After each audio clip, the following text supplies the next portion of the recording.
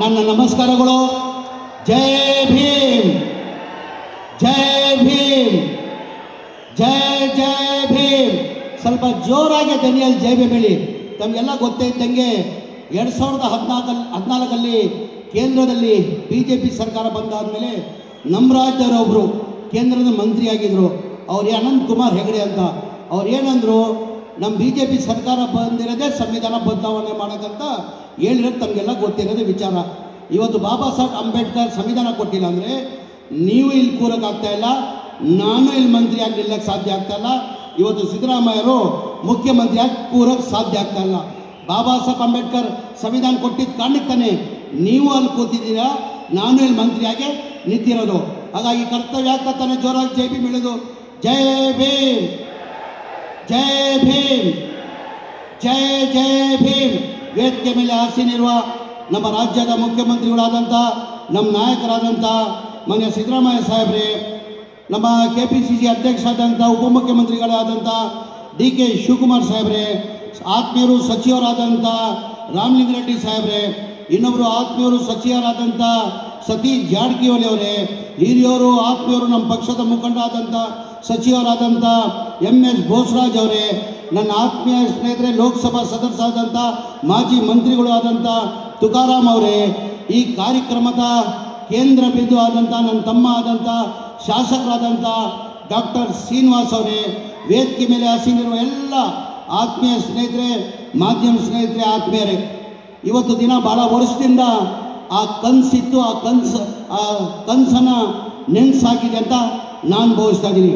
74 ಕೆರೆ ತುಂಬ ಯೋಜನೆಯನ್ನು, ಅದ್ರ ಜೊತೆಯಲ್ಲಿ 1237 ಕೋಟಿ ಉದ್ಘಾಟನೆ ಕಾರ್ಯಕ್ರಮ ಹಾಗೆ ಗುದ್ಲಿ ಪೂಜೆ ಕಾರ್ಯಕ್ರಮನ ಇವತ್ತು ನಾವು ಹಮ್ಮಿಕೊಂಡಿದ್ವಿ.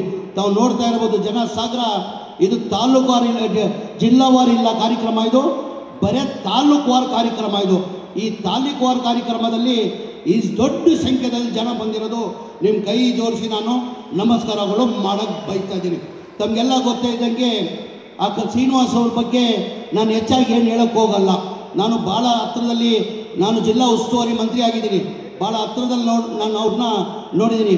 ಯಾವಾಗಿದ್ದರೂ ಕ್ಷೇತ್ರದ ಬಗ್ಗೆ ಅವ್ರಿಗೆ ಚಿಂತನೆ. ನನ್ನ ಅನಿಸಿಕೆ 24/7 ಯಾರನ್ನ ಸಿಗ್ತಾರಂದರೆ ಶಾಸಕರಂತೆ ಅದು ಶ್ರೀನಿವಾಸ್ ಅವರು. ಪ್ರತಿದಿನ ಕ್ಷೇತ್ರದಲ್ಲಿ ಇರ್ತಾರೆ. ಯಾವಾಗ ನಾವು ಫೋನ್ ಮಾಡಿ, ನೀವು ಭಾನುವಾರನೂ ರೆಸ್ಟ್ ತೊಗೊಳ್ತಾರಲ್ಲ ಗೊತ್ತಿಲ್ಲ ನನಗೆ, ಭಾನುವಾರನೂ ಫೋನ್ ಮಾಡಿ ನೀವು ಎಲ್ಲಿದ್ದೀಯ ಅಂದರೆ ಅಣ್ಣ ಕ್ಷೇತ್ರದಲ್ಲಿದ್ದೀನಿ, ಇಂಥ ಹಳ್ಳಿಗಳಿದ್ದೀನಿ ಅಂತ ಪ್ರತಿದಿನ ಕ್ಷೇತ್ರದಲ್ಲಿ ಕೆಲಸನ ಮಾಡ್ಕೊಂಡು ಹೋಗ್ತಾವ್ರೆ. ನಾನು ಭಾಳ ಸತಿ ಹೇಳಿದ್ದೀನಿ, ನಾನು ಅಸೆಂಬ್ಲಿ ಬರೋ ಟೈಮಲ್ಲಿ ಬಂದು ಎಲ್ಲ ಸಂಬಂಧಪಟ್ಟ ಮಂತ್ರಿಗಳು ಇಲಾಖೆಯಲ್ಲಿ ಒಂಥರ P1ಗಳು ಹೆಂಗೆ ಫೈಲ್ಗಳು ಹಿಡ್ಕೊಂಡು ಹೋಗ್ತಾರೆ, ಅವ್ರ ತಾಲೂಕು ವಿಚಾರಕ್ಕೆ ಎಲ್ಲ ಸಂಬಂಧಗಳು ಮಂತ್ರಿಗಳು ಹೋಗ್ತಾರೆ. ಮೊನ್ನೆ ಅಸೆಂಬ್ಲಿ ಚುನಾವಣೆ ನಾನಂತೆ, ಶ್ರೀನಿವಾಸ್ ಏನಕ್ಕೆ ಪಾತ್ರ ಪಡ್ತೀಯಾ, 2.5 ವರ್ಷ ಆಗಿದೆ, ಇನ್ನೂ 2.5 ವರ್ಷ ಬಾಕಿ ಇದೆ, ದಯಮಾಡಿ ತಾಳ್ಮೆಯಾಗಿ ಕೆಲಸ ಮಾಡಿದ್ರೆ.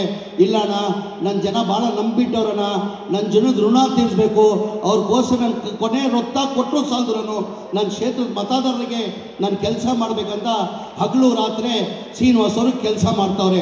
ಇವತ್ತು ಮಾಮೂಲಿ ಮಾತಿಲ್ಲ, ಇದು 1237 ಕೋಟಿದು ಉದ್ಘಾಟನೆ ಮತ್ತು ಗುದ್ಲಿ ಪೂಜೆ. BJP ಸ್ನೇಹಿತರು ಹೇಳ್ತಾರೆ, ಇಲ್ಲ ಈ ಗ್ಯಾರಂಟಿಗಳಿಂದ ಸರ್ಕಾರಿ ದಿವಾಲಿ ಆಗಿದೆ, ಸರ್ಕಾರದ ದುಡ್ಡಿಲ್ಲ ಅಂತ. ಇವತ್ತು BJP ಸ್ನೇಹಿತರಿಗೆ ಕೇಳ್ತಾ ಇದ್ದೀನಿ, ನಾನು ಇದೇ ವರ್ಷದಲ್ಲಿ ನಾನು ಹೋಗಿರೋದು ಕಾರ್ಯಕ್ರಮಕ್ಕೆ ಹೇಳ್ತೀನಿ. ನಾನು 27/4/2025 ದೇವನಹಳ್ಳಿಯಲ್ಲಿ 1250 ಕೋಟಿ ಗುದ್ಲಿ ಪೂಜನ ಕಾರ್ಯಕ್ರಮನ ಮಾನ್ಯ ಮುಖ್ಯಮಂತ್ರಿಗಳು ಮಾಡಿದ್ರು ದೇವನಹಳ್ಳಿ ಜಿಲ್ಲೆಯಲ್ಲಿ.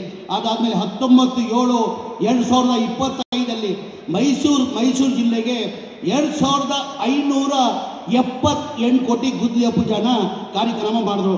ಅದೇ ಥರ 6/10/2020 ಅಲ್ಲಿ ಕೊಪ್ಪಳದಲ್ಲಿ 2050 ಕೋಟಿಯನ್ನು ಗುದ್ಲಿ ಪೂಜನ ಕಾರ್ಯಕ್ರಮನ ಮಾನ್ಯ ಮುಖ್ಯಮಂತ್ರಿಗಳು ಮಾಡಿದ್ರು. ಅದೇ ಥರ 14/10/2024 ಸಂಡೂರಲ್ಲಿ ಅಮೌಂಟ್ ಮಾಡಿ 3 ತಿಂಗಳಲ್ಲಿ ಬರೀ ಸಣ್ಣೂರು ತಾಲೂಕೇನೆ 1200 ಕೋಟಿ ಗುದ್ಲಿ ಪೂಜೆಯನ್ನು ಮಾಡಿದ್ದಾರೆ. ನನಗೆ ಗೊತ್ತಿದ್ದಂಗೆ ಈ ವರ್ಷದಲ್ಲಿ ನಾನು ಅಟೆಂಡ್ ಮಾಡಿದ ಕಾರ್ಯಕ್ರಮನ ಹೇಳ್ತಾ ಇರೋದು, ಕನಿಷ್ಠ 11,000 ಕೋಟಿಯನ್ನು ಎಲ್ಲ ಜಿಲ್ಲೆಯಲ್ಲಿ ಮಾನ್ಯ ಉಪಮುಖ್ಯಮಂತ್ರಿಗಳು ಮಾನ್ಯ ಮುಖ್ಯಮಂತ್ರಿಗಳು ಹೋಗಿ ಗುದ್ಲಿ ಪೂಜೆನ ಮಾಡ್ತಾಯಿದ್ದಾರೆ. ಎಲ್ಲಿ ಸ್ವಾಮಿ ದಿವಾಲಿ ಆಗಿದೆ ಸರ್ಕಾರ? ಎಲ್ಲಿ ದಿವಾಲಿ ಆಗಿದೆ? ನಿಮ್ಮ ಅವಧಿಯಲ್ಲಿ ಯಾವ ಗ್ಯಾರಂಟಿಗಳು ನಿಲ್ಲಿಲ್ಲ. ಪಟ್ಟಿ ಕೊಡಿ, ನಮ್ಮ ಸರ್ಕಾರ ಬಂದು 2.5 ವರ್ಷದಲ್ಲಿ ಮನೆ ಸಿದ್ದರಾಮಯ್ಯ ಅವರು ಮುಖ್ಯಮಂತ್ರಿ ಆದಮೇಲೆ ಯಾವ್ಯಾವ ಜಿಲ್ಲೆಗೆ ಎಷ್ಟೇ ಅನುದಾನ ಕೊಟ್ಟಿದ್ದಾರೆ ಅಂತ ನಾವು ಪಟ್ಟಿ ಕೊಡ್ತೀವಿ.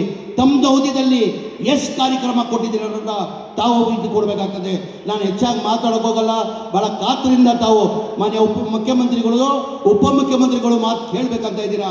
ತಮಗೆಲ್ಲ ಗೊತ್ತೇ ಇದ್ದಂಗೆ 2023ರಲ್ಲಿ ಚುನಾವಣೆ ಟೈಮಲ್ಲಿ ನಾವು 5 ಗ್ಯಾರಂಟಿಯನ್ನು ಘೋಷಣೆ ಮಾಡಿದ್ವಿ. ಆ ಗ್ಯಾರಂಟಿ ನಂಬಿಕೆ ಮೇಲೆ ಜನ ನಮ್ಮನ್ನ 139 ಸೀಟನ್ನು ಗೆಲ್ಸ್ಕೊಟ್ರು. ಅವಾಗ ವಿರೋಧ ಪಕ್ಷದವ್ರು ಏನಂದ್ರು, ಇಲ್ಲ ಈ ಗ್ಯಾರಂಟಿಗಳು ಕೊಡೋಕ್ಕೆ ಸಾಧ್ಯ ಆಗಲ್ಲ, ಈ ಗ್ಯಾರಂಟಿಗಳು ಕೊಡಬೇಕಾದ್ರೆ ಕನಿಷ್ಠ 55ರಿಂದ 60 ಸಾವಿರ ಕೋಟಿ ಆಗ್ತದೆ, ಇವ್ರು ಬರೀ ರಾಜಕೀಯ ಭಾಷಣ ಮಾಡಿದ್ದಾರೆ, ಈ ಗ್ಯಾರಂಟಿಗಳು ಕೊಡೋಕ್ಕೆ ಸಾಧ್ಯ ಆಗಲ್ಲ ಅಂದರು. ಸರ್ಕಾರ ಬಂದು ಒಂದೇ ತಿಂಗಳಲ್ಲಿ ಈ 5 ಗ್ಯಾರಂಟಿಗಳು ಕೊಟ್ಟಿರೋದು ತಮಗೆಲ್ಲ ಗೊತ್ತಿರೋದು ವಿಚಾರ. ಅದ್ರ ಜೊತೆಯಲ್ಲಿ ಇದು 6ನೇ ಗ್ಯಾರಂಟಿ ಅಂತ ನಾನು ಹೇಳಕ್ಕೆ ಬಯಸ್ತಾ ಇದ್ದೀನಿ. 6ನೇ ಗ್ಯಾರಂಟಿ ಚುನಾವಣೆ ಟೈಮಲ್ಲಿ ನಾವು ಘೋಷಣೆ ಮಾಡಿಲ್ಲ, ಬಡವರಿಗೆ ಮನೆ ಫ್ರೀ ಹಾಕ್ಕೊಡ್ತೀವಿ ಅಂತ ನಾವು ಘೋಷಣೆ ಮಾಡಿಲ್ಲ. ಹಿಂದಿನ ಸರ್ಕಾರದಲ್ಲಿನೇ ಸಿದ್ದರಾಮಯ್ಯ ಸಾಹೇಬರು ಮುಖ್ಯಮಂತ್ರಿ ಇರುವಾಗ 2015, 16, 17, 18ರಲ್ಲಿ 1,80,253 ಮನೆಗಳು ಸ್ಲಮ್ ಬೋರ್ಡಲ್ಲಿ ಸ್ಯಾಂಕ್ಷನ್ ಆಗಿದ್ದು. ಅದೇ ಥರ ರಾಜೀವ್ ಗಾಂಧಿ AHP ಸ್ಕೀಮಲ್ಲಿ 47,867 ಮನೆಗಳು ಸ್ಯಾಂಕ್ಷನ್ ಆಗಿದ್ದು. ಒಟ್ಟಾಗಿ 2,30,000 ಮನೆಗಳು ಸ್ಯಾಂಕ್ಷನ್ ಆಗಿದ್ದು. ಅದಾದಮೇಲೆ ಸಮ್ಮಿಶ್ರ ಸರ್ಕಾರ ಬಂತು, BJP ಸರ್ಕಾರ 4 ವರ್ಷ ಇತ್ತು, ಒಂದು ಮನೆಯೂ ಸ್ಯಾಂಕ್ಷನ್ ಮಾಡಿಲ್ಲ, ಒಂದು ಮನೆಯೂ ಕೊಡೋಕ್ಕೆ ಸಾಧ್ಯ ಆಗಿಲ್ಲ. ಕಾರಣ ಅಂದರೆ ಒಂದು ಮನೆ ಕಟ್ಟಬೇಕಾದ್ರೆ 7.5 ಲಕ್ಷ ರೂಪಾಯಿ ಆಗ್ತದೆ. ಕೇಂದ್ರ ಸರ್ಕಾರದಿಂದ ಪ್ರಧಾನ ಮಂತ್ರಿ ಆವಾಸ್ ಯೋಜನಾ ಅಂತ ಹೇಳ್ಬಿಟ್ಟು 1.5 ಲಕ್ಷ ಕೊಡ್ತಾವ್ರೆ. ಬಡವ್ರ ಮನೆ ಕಟ್ಟಕ್ಕೆ 18% GST ಹಾಕಿ 1,32,000 ವಾಪಸ್ ತಗೊಳ್ತವ್ರೆ. ಆ ಕಾರಣಕ್ಕೆ ಒಂದು ಮನೆ ಕಟ್ಟಬೇಕಾದ್ರೆ 7.5 ಲಕ್ಷ ರೂಪಾಯಿ ಆಗ್ತದೆ. ಕೇಂದ್ರ ಸರ್ಕಾರದಿಂದ 1.5 ಲಕ್ಷ ಕೊಡ್ತೀವಿ, ನಮ್ಮ ರಾಜ್ಯ ಸರ್ಕಾರದಿಂದ 1.5 ಲಕ್ಷ ಕೊಡ್ತೀವಿ. 7.5 ಲಕ್ಷದಲ್ಲಿ 3 ಲಕ್ಷ ಹೋದರೆ 4.5 ಲಕ್ಷ ಉಳಿತದೆ. ಬೆನಿಫಿಷರಿ ಕಟ್ಟಕ್ಕೆ ಸಾಧ್ಯ ಆಗ್ತಾ ಇಲ್ಲ. ಟೋಟಲ್ ಬೆನಿಫಿಷರಿ ಪೇಮೆಂಟ್ ಒಟ್ಟಾಗಿ 2,30,000 ಮನೆಗೆ 9,500 ಕೋಟಿ ಬರಬೇಕಾಗಿತ್ತು, ಬರೀ 310 ಕೋಟಿ ಬಂದಿತ್ತು. ಮನೆ ಕಾಂಗ್ರೆಸ್ ಪಕ್ಷ ಮತ್ತು ಮನೆ ಸಿದ್ದರಾಮಯ್ಯ ಮುಖ್ಯಮಂತ್ರಿಗಳು ನನ್ನ ವಸತಿ ಮಂತ್ರಿ ಮಾತಾದಮೇಲೆ ನನ್ನ ಗಮನಕ್ಕೆ ಬಂದಾದಮೇಲೆ ನಾನು ಹೆಂಗಪ್ಪ ಮನೆ ಮುಖ್ಯಮಂತ್ರಿ ಗಮನಕ್ಕೆ ತರೋದು, ಏನಕ್ಕೆ ಈ ಗ್ಯಾರಂಟಿಗಳಿಗೆ 55ರಿಂದ 60,000 ಕೋಟಿ ಆಗ್ತದೆ, ಇದು 9,500 ಕೋಟಿ ಹೆಂಗಪ್ಪ ಮನೆ ಮುಖ್ಯಮಂತ್ರಿಗಳು ಹೋಗಿ ಕೇಳೋದಂತ ಧೈರ್ಯ ಮಾಡಿ ಮನೆ ಮುಖ್ಯಮಂತ್ರಿ ಕೇಳಿದೆ ನಾನು. ಸರ್, ಹಿಂದಿನ ಸರ್ಕಾರದಲ್ಲಿ ತಾವೇ ಮುಖ್ಯಮಂತ್ರಿ ಇರುವಾಗ ಈ ಮನೆಗಳು ಸ್ಯಾಂಕ್ಷನ್ ಆಗಿದ್ದು, ಅದಾದಮೇಲೆ ಒಂದು ಮನೆಯೂ ಸ್ಯಾಂಕ್ಷನ್ ಆಗಿಲ್ಲ, ಒಂದು ಮನೆಯೂ ಕೊಡೋಕ್ಕೆ ಸಾಧ್ಯ ಆಗಿಲ್ಲ.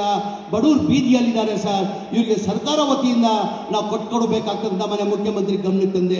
ಮನೆ ಮುಖ್ಯಮಂತ್ರಿಗಳು ಉಪಮುಖ್ಯಮಂತ್ರಿಗಳು 2-3 ಮೀಟಿಂಗ್ ಮಾಡಿ ನೀನು ಹೇಳ್ತಾರ ಸತ್ಯಗಳು, ಬಡವರು ದುಡ್ಡು ಕೊಡೋಕ್ಕೆ ಸಾಧ್ಯ ಆಗಲ್ಲ, ಅದು ಎಷ್ಟು ಜನ ಕಷ್ಟ ಆಗಲಿ, ಎಷ್ಟು ಜನ ತೊಂದರೆ ಆಗಲಿ, ಆ ದುಡ್ಡನ್ನು 9,500 ಕೋಟಿ ನಾನು ಕೊಡ್ತೀನಿ, ನೀನು 26 ಕೊನೆ ಡಿಸೆಂಬರ್ವರೆಗೂ ಈ 2,30,000 ಮನೆಗಳು ಕಂಪ್ಲೀಟ್ ಮಾಡಬೇಕಂತ ಮನೆ ಮುಖ್ಯಮಂತ್ರಿಗಳು ಸೂಚನೆ ಕೊಟ್ಟು 2024ರಲ್ಲಿ ಕ್ಯಾಬಿನೆಟ್ ತಂದು ಅಪ್ರೂವ್ ಮಾಡಿ 500 ಕೋಟಿ ಕೊಟ್ಟಿದ್ದಕ್ಕೆ 36,789 ಮನೆಗಳು ಕೊಟ್ವಿ.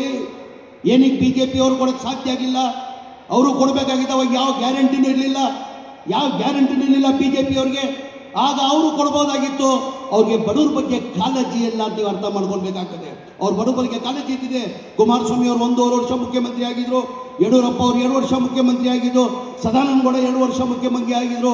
ಬಡವ್ರ ಬಗ್ಗೆ ಕಾಳಜಿ ಇದ್ದಿದ್ರೆ ಅವ್ರ ಮನೆಗಳು ಕೊಡ್ತಾ ಇದ್ರು. ಅವ್ರ ಬಡವ್ರ ಬಗ್ಗೆ ಕಾಳಜಿ ಇದ್ದಿದ್ದ ಕಾರಣಕ್ಕೆ ಅವ್ರ ಮನೆಗಳು ಕೊಡೋಕ್ಕೆ ಸಾಧ್ಯ ಆಗಿಲ್ಲ. ಇದೇ ತಿಂಗಳು 29ನೇ ತಾರೀಕಿಗೆ ಹುಬ್ಳಿದಲ್ಲಿ ಕಾರ್ಯಕ್ರಮ ಮಾಡಿ ನಮ್ಮ ACC ಅಧ್ಯಕ್ಷರಾದಂಥ ಮಲ್ಲಿಕಾರ್ಜುನ ಖರ್ಗೆ ಸಾಹೇಬರು, ನಮ್ಮ ನಾಯಕರಾದಂಥ ರಾಹುಲ್ ಗಾಂಧಿ ಅವರು ಇದೇ ತಿಂಗಳು 29ನೇ ತಾರೀಕಿಗೆ ಹುಬ್ಳಿದಲ್ಲಿ ಕಾರ್ಯಕ್ರಮ ಮಾಡಿ 42,345 ಮನೆಗಳು ಕೊಡ್ತಾ ಇದ್ದೀವಿ. ಏನಕ್ಕೆ BJP ಅವ್ರು ಕೊಡೋಕ್ಕೆ ಸಾಧ್ಯ ಆಗಿಲ್ಲ? ಅವರು ಕೊಡಬೇಕಾಗಿತ್ತಾನೆ. ಹಾಗಾಗಿ ಇಷ್ಟೇ ತಾವು ಅರ್ಥ ಮಾಡ್ಕೊಳ್ಬೇಕಾಗ್ತದೆ.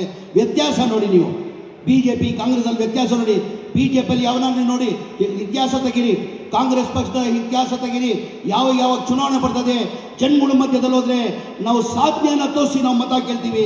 ನಮ್ಮ ಸರ್ಕಾರ ಇತ್ತು, ಇಂಥ ಭಾಗ್ಯಗಳು ಇಂಥ ಕಾರ್ಯಕ್ರಮ ಕೊಟ್ಟಿದ್ದ ಇದ್ದೀವಿ, ಮುಂದೆ ನಮ್ಮ ಸರ್ಕಾರ ಬಂದೆ ಇಂಥ ಕಾರ್ಯಕ್ರಮ ಕೊಡ್ತೀವಿ ಅಂತ ಹೇಳ್ಬಿಟ್ಟು ಜನಗಳಿಗೆ ನಾವು ಮತ ಕೇಳ್ತೀವಿ. ಎಂದನ BJP ಅವರು ಯಾವುದನ್ನ ಕಾರ್ಯಕ್ರಮ ತೋರಿಸಿ ಅವ್ರು ಮತ ಕೇಳಿದಾರ? ಹಿಂದೂ ಮುಸಲ್ಮಾನ್, ಅದು ಬಿಟ್ಟು ಬೇರೆ ಏನೂ ಇಲ್ಲ ಅವ್ರಿಗೆ. ಅವ್ರು ಬೇಕಾಗಿರೋದು ಯಾವ ಹಿಂದೂನೂ ಬೇಕಾಗಿಲ್ಲ, ಯಾವ ಮುಸಲ್ಮಾನೂ ಬೇಕಾಗಿಲ್ಲ. ಅವ್ರು ಬೇಕಾಗಿರೋದು ಕುರ್ಚಿ. ದಯಮಾಡಿ ಇದೆಲ್ಲ ತಾವು ಅರ್ಥ ಮಾಡ್ಕೊಳ್ಬೇಕಾಗ್ತದೆ. ಸಮಯ ಕಡಿಮೆ ಇದ್ದಿದ್ದ ಕಾರಣಕ್ಕೆ ನಾನು ಹೆಚ್ಚಾಗಿ ಮಾತಾಡೋಕೆ ಹೋಗಲ್ಲ. ಹಾಗಾಗಿ ನಮ್ಮ ಶ್ರೀನಿವಾಸ್ ಅವರು ಹೋದ ಚುನಾವಣೆಯಲ್ಲಿ ನನ್ನ ಅನಿಸಿಕೆ 54,000 ಅಂತರದಲ್ಲಿ ಗೆದ್ದಿದ್ದು. ಈ ಬಾರಿ ಅವ್ರ ಜನಗಳು ಮಧ್ಯದಲ್ಲಿದ್ದು ಅವ್ರು ಮಾಡ್ತಾರೆ ಕೆಲಸಕ್ಕೆ ಬರೋ ಚುನಾವಣೆಯಲ್ಲಿ 28ಅಲ್ಲಿ ನನ್ನ ಅನಿಸಿಕೆ ಕನಿಷ್ಠ 80,000 to 90,000 ಲೀಡಲ್ಲಿ ಮನೆ ಶ್ರೀನಿವಾಸ್ ಅವ್ರು ಗೆಲ್ತಾರಂತ ಹೇಳಿ ತಮಗೆಲ್ಲ ಒಳ್ಳೆಯದಾಗಿ. ಆಮೇಲೆ ಇನ್ನೊಂದು ಹೇಳೋದು ಮಾಡ್ತೇನೆ ನಾನು, ಮ್ಯಾಕ್ರೋದಂತ ಒಂದು ಅನುದಾನ ಬರ್ತದೆ, ಮೈನಿಂಗ್ ಟು ಮ್ಯಾಕ್ರೋ ಅಂತ ಅನುದಾನ ಬರ್ತದೆ. ಜಿಲ್ಲಾ ಉಸ್ತುವಾರಿ ಮಂತ್ರಿಗೆ 94 ಕೋಟಿ ಬರ್ತದೆ. ಆ 94 ಕೋಟಿಯಲ್ಲಿ ಎಲ್ಲ ತಾಲೂಕಿಗೆ ನಾನು ಹಂಚಬೇಕಾಗ್ತದೆ. ನಾವು ನಂಬ್ತಿರೋ ಬಿಡ್ತಿರೋ ಗೊತ್ತಿಲ್ಲ. ಈ 3 ವರ್ಷ ಅವಧಿಯಲ್ಲಿ ಕನಿಷ್ಠ 77 ಕೋಟಿ ಒಬ್ಬರೇ ಶ್ರೀನಿವಾಸ್ ಅವರು ಅನುದಾನ ತಗೊಂಡಿದ್ದಾರೆ. ಅಂದರೆ ಅವ್ರ ತಾಲೂಕು ಬಗ್ಗೆ ಎಷ್ಟು ಕಾಳಜಿನ ಹಮ್ಮಿಕೊಂಡಿದ್ದಾರೆ ಅಂತ ತಾವೆಲ್ಲ ಅರ್ಥ ಮಾಡ್ಬೇಕು. ಮುಂದಿನ ದಿನ ಅಲ್ಲಿ 100 ವಿಶ್ವಾಸ ಇದೆ. ಈ ಜನಸಾಗರ ಸುಮ್ ಜನ ಬರಲ್ಲ, ಎಲ್ಲೂ ಸುಮ್ಗೆ ಜನ ಬರಲ್ಲ. ಇವತ್ತು ಒಂದು ತಾಲೂಕು ಮಟ್ಟಿಗೆ ನಾವು ಈ ಕಾರ್ಯಕ್ರಮ ಮಾಡ್ತಾ ಇರೋದು. ಈ ಜನಸಾಗರ ನೋಡಿದ್ರೆ 2028ಅಲ್ಲಿ ತಿರ್ಗಾ ಕಾಂಗ್ರೆಸ್ ಸರ್ಕಾರ ಬರೋದು ಖಚಿತ. ಇವತ್ತೇನು 139 ಸೀಟ್ ಇದ್ದೀವಿ, 150 ಸೀಟ್ ನಾವು ಬರ್ತೀವಿ ಅಂತ ನನ್ನ ನಿರೀಕ್ಷೆ ಇಟ್ಕೊಂಡು ತಮಗೆಲ್ಲ ಒಂದ್ಸಿ ನನಗೆ ಮಾತಾಡೋಕೆ ಅವಕಾಶ ಕೊಟ್ಟಿದ್ದು ನಾನು ಮಾತು ಮುಗಿಸ್ತೀನಿ. ಜೈ ಹಿಂದ್, ಜೈ ಕರ್ನಾಟಕ, ಜೈ ಕಾಂಗ್ರೆಸ್.